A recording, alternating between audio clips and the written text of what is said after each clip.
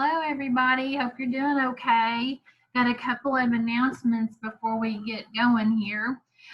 If you are one of the students that we were talking about here in class about having handbook pages that need to get turned in or your E-rate paper turned in, please try to remember those on your next in-person day.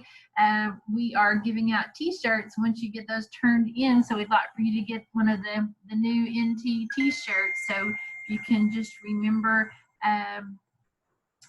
about that.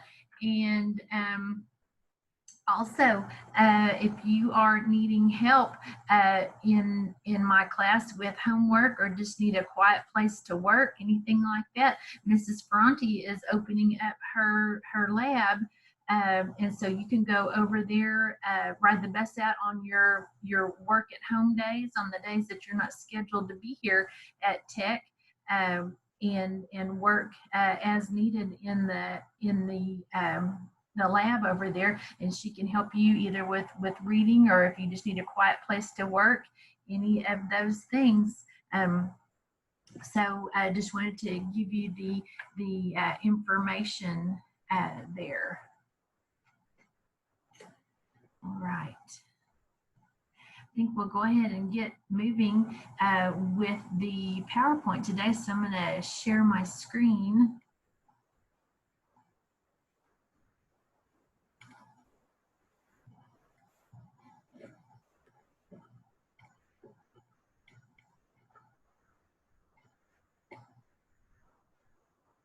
All right, professionalism. You guys know what that word means? So if you are working professionally, doing a particular job, it means that you are doing that for a living, that's your chosen profession. Okay, 6 ingredients of professionalism: knowledge, skill, taste, judgment, dedication, and pride. So knowledge about what it is that you're doing, skill that we learn by practice, taste can be taken a couple of different ways. If you are a culinarian, you may be developing your taste to understand the different flavor profiles. It also could be taste in just the way that you act. Okay, the next one is judgment, using good judgment in your decision making. Dedication to the task at hand, being willing to see it through, and then pride in your work. And we're going to talk about these individually.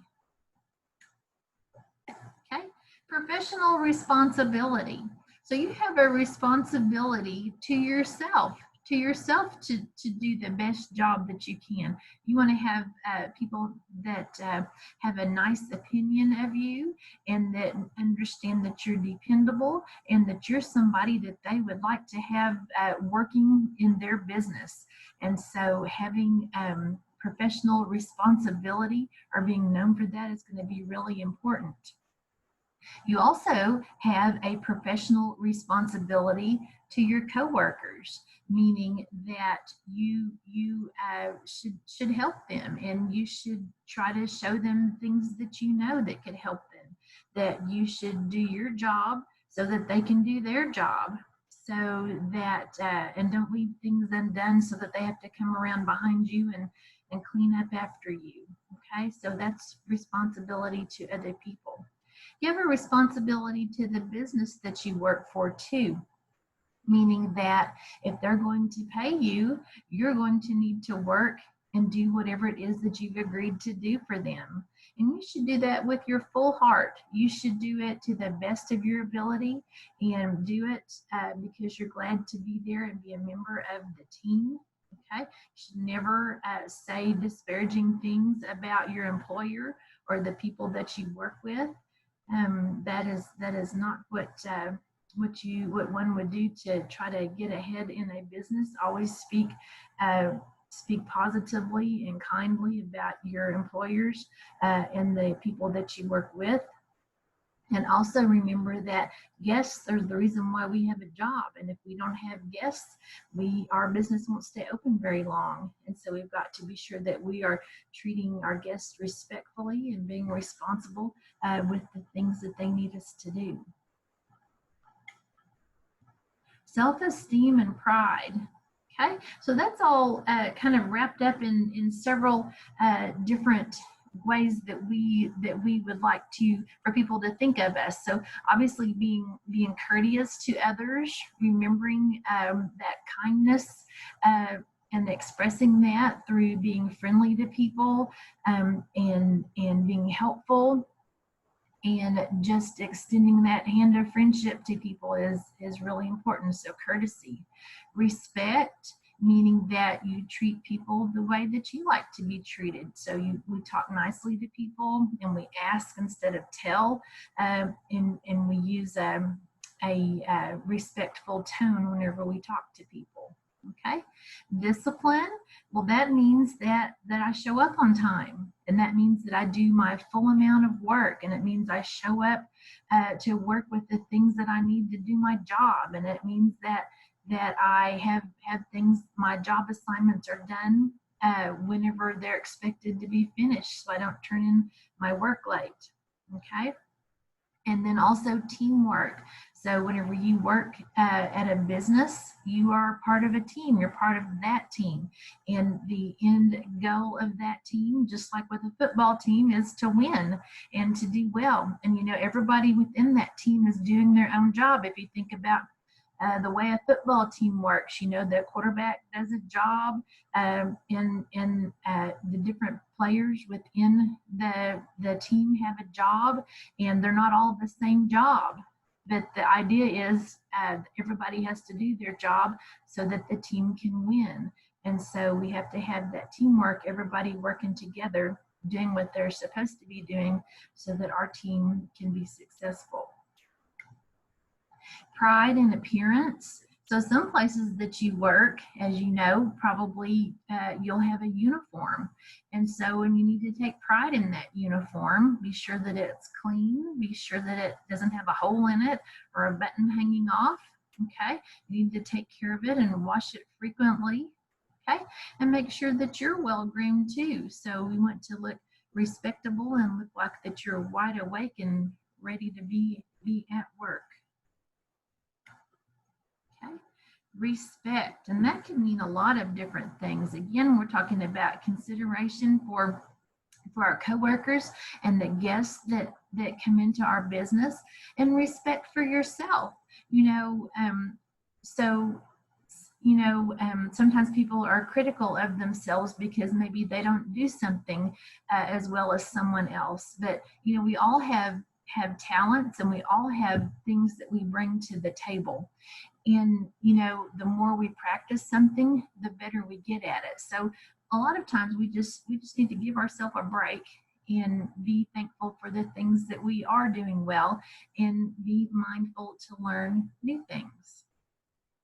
Respect for ingredients. And so whenever you're cooking for people, always treat ingredients with respect. Try to buy the nicest ingredients that you can find and cook them in a way that is pleasing, and care about the food that you're putting out on the plate, because you know that somebody on the other end is going to be receiving that plate of food, and we want to please them so that they'll want to come back to our business. Okay, so big picture here is treat people with respect and care, and treat our products with respect and care. Okay, personal responsibility. So this is part of being a grown-up person. Okay, most of you are just about to that age. Okay, you are responsible for the choices that you make in your job and in your private life. Okay, so things that you choose to do at your job, like showing up on time and being responsible, being dependable, those are all things that can help you advance in your job. However, if you choose to not show up on time, or not make good choices, then it's possible that you won't advance in your job, or could possibly lose your job. The other thing that's going on is that in your private life, you know, some people think that, oh, it's my private life, so I can do whatever I want.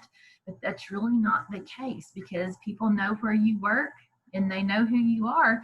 And if they see you doing things in your private life that are things that uh, that gentle society, so to speak, might frown upon, it could be a reflection on you and the business that you work at. And so some businesses may not appreciate that. And so just remember, Facebook is forever. So things that you're posting, things that you're doing out there, please be sure that those are things that are things that will help you advance in life and make them be positive choices. Okay. All right. The next one we should talk about is giving good service wherever it is that we're working. So properly prepared food, so we're well trained, we know what we're doing. Flavorful food. So we've been talking about flavor and herbs and spices and all the things that we can do to make our food taste better. And we've also talked about plate presentation and how people eat with their eyes first. And so if it looks good, they'll want to try it. So all of those things are our responsibility. Okay. Being knowledgeable about our products that we're serving is going to be very important. So if we're in the position to be a buyer for a restaurant or a food service establishment, we'll want to make good friends with our food purveyors. And we will want to use a nice variety of things so that we can have pretty colors on the plate and nice variety and different and tasty foods. And we're also going to want to be able to train our staff on the kinds of food that we're preparing, so that they can tell the guests about the dishes. It's much more exciting for a guest to whenever they ask about a particular dish, if the server knows all about it, the different ingredients and what makes it special. It's much easier to sell it, and the business can be more profitable that way. Right, and being informed. So there's lots of ways you can be informed. There's lots of industry focused magazines that are culinary related, and lots of things going on, even on things like Food Network and different travel shows where you can investigate foods and different cultures and things like that. There's sometimes you'll see in your area there might be a particular festival going on that may feature different types of ethnic food, which could be interesting. And so the more you can read, and if you get a chance to travel or go somewhere, be sure and go to the markets and investigate new restaurants and things like that, because that's the way that we learn more about food and food cultures, so that we can bring interesting and new flavors back to our restaurants and entice people to want to come in. Okay, here's some professional organizations that you can join to help advance your career as well.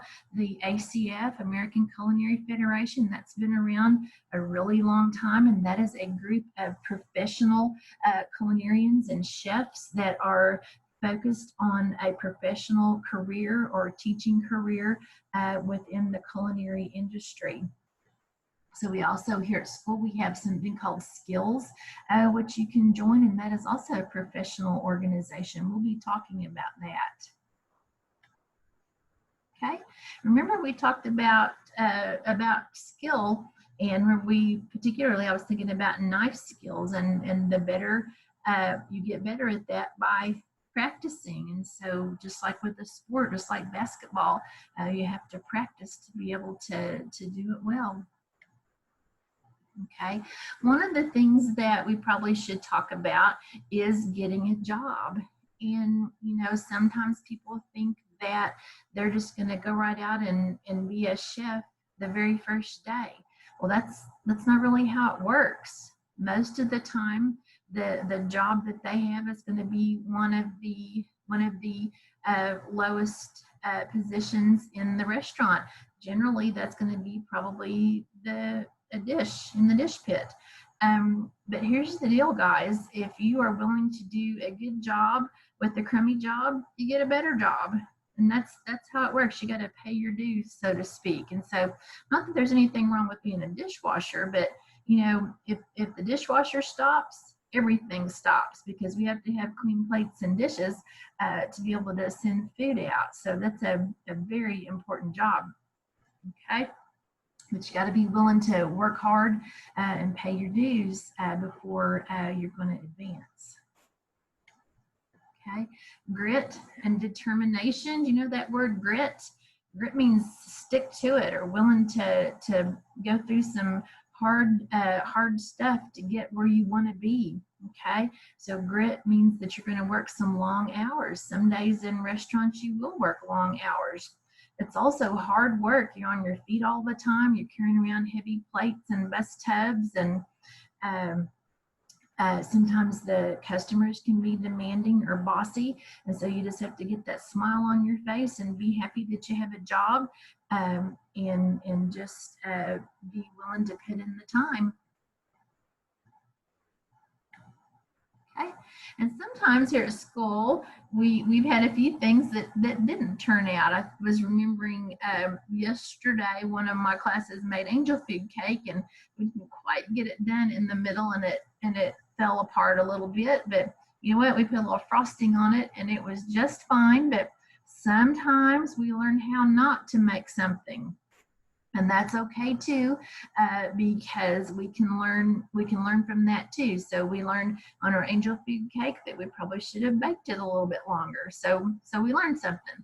So so don't just be disappointed if something doesn't turn out right, because you can chalk that up to experience, and then the next time you'll do it better. Okay, being a professional is understanding how taste and flavor and aroma all work together to make food appealing. And in the next few days, we're going to go to flavor school, and we're going to be talking about how our sense of smell affects our sense of taste. And so that will be very interesting. I'm excited to show this to you. All right, so let's talk about workstations. This is specifically workstations that are in a professional kitchen. And if you haven't noticed, they're broken up by particular task. Even if you think about our kitchen here at school, we have one area that's for quick serve, and we have one area that is for lunch production. We have a salad bar area. So the idea is that you're using your space, you have the equipment necessary kind of right there at your fingertips, and it just kind of keeps things running smoothly, and it makes them a little more efficient. So when you look if you get a chance to look in some other kitchens, if you'll notice, there are areas where each one of those things where each different activity or whatever it is that they're doing will be broken down into different areas. Okay, here's some workstations and sections that are pretty common. So like I was talking about, a hot food section, garde manger section, and that's garde, G-A-R, manger, M-A-N-G. Sometimes people pronounce it garde manager, and that's not what that is. It is called garde manger, and that's the salad bar, or the salad section usually. Okay, then we have the bakery, the banquet section, short order, and the beverage section. Okay, and here's the kitchen brigade, and this is all the folks that are working in the kitchen at all of those different stations. Okay, so the chef, we all know, is the lead person in the kitchen, and that's the person that's in charge. Okay, and then the sous chef, it works directly under the chef, and he's the second in command, and he's the one that takes over when the chef isn't there. Okay, and then we have the station chefs. Depending on how many stations that you have in your restaurant, you would have people that are in charge of specific areas. You'd also have a pastry chef, perhaps, and an expediter. And lots of restaurants they might have shift leaders, or they might have managers, and then frequently they'll have expediters that are calling off the orders and making sure that they're getting up in a timely manner so we can get them out to our customers. Okay, and then this is the dining room brigade. And so just like in the back of the house, we have people that work in the front of the house that perform specific tasks. So not all restaurants will have all of these positions, but they will have maybe like a dining room manager and a wait person. Okay, and so they'll probably have someone that's in charge of the staff that works in the front of the house too. Anyway, that's the different brigades that we have in the kitchen and in the front of the house. So, well, that's about all I have for you guys today, and I'll look forward to seeing you on your next in-person day. Hope you're doing all right, and you guys take care, and we'll see you soon. Bye.